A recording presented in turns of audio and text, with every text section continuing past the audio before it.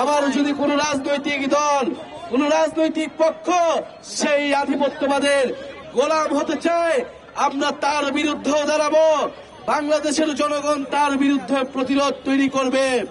আমরা স্পষ্টভাবে স্লোগান তুলেছি, গোলামি নয় আজাদি চাই। আমরা ভারতের গোলামি থেকে আমরা মুক্তি পেয়েছি, পিন্ডির গোলামি থেকে আমরা মুক্তি পেয়েছি। আমাদের আগামী দিনে বাংলাদেশ স্বাধীনভাবে, সার্বভৌমভাবে, মর্যাদার সহিত আমরা দাঁড়াবো। আমরা আমাদের রাজনীতি, আমাদের রাষ্ট্র বিনির্মাণ করব। কুষ্টিয়ার আবরার ফাহাদ, কুষ্টিয়ার শহীদ ইয়ামিন আমাদেরকে সেই শিক্ষা দিয়েছে।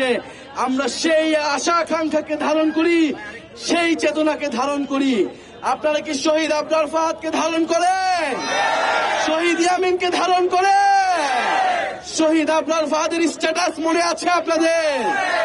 সেই একটা সময় যখন বাংলাদেশের মানুষ কথা বলতে পারত না, দিল্লির আধিপত্যবাদের বিরুদ্ধে কথা বলতে পারত না, তখন আবরার ফাহাদ আমাদের নদীর চুক্তি নিয়ে, আমাদের পানির ন্যায্য হিস্সা নিয়ে ফেসবুকে স্ট্যাটাস দিয়েছিল, আমাদের বন্দর নিয়ে ফাহাদ স্ট্যাটাস দিয়েছিল, বাংলাদেশের জনগণের স্বার্থের পক্ষে স্ট্যাটাস দিয়েছিল।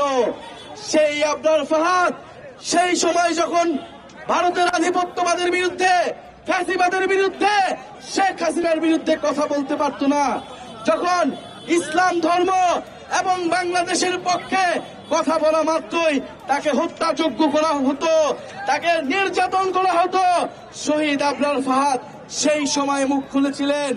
আমরা সেই শহীদ আবরারের পথ ধরে শহীদ ইয়ামিন পর্যন্ত যে জুলাই গণ অভ্যুত্থান, ফ্যাসিবাদ, আধিপত্যবাদ বিরোধী যে লড়াই সংগ্রাম, সেই লড়াই সংগ্রাম চালিয়ে যাব। নতুন সংবিধান, বিচার এবং সংস্কার না হওয়া পর্যন্ত কুষ্টিয়াবাসীকে সেই সংগ্রামে আহ্বান জানাচ্ছি। এবং শহীদ আবরার ফাহাদ, শহীদ ইয়ামিন তাদের আশা আকাঙ্ক্ষাকে ধারণ করে কুষ্টিয়ার মানুষকে সাথে নিয়ে আমরা কুষ্টিয়াবাসীর জন্য, সারা দেশের মানুষের জন্য একটি বৈষম্যহীন গণতান্ত্রিক বাংলাদেশ উপহার দেব।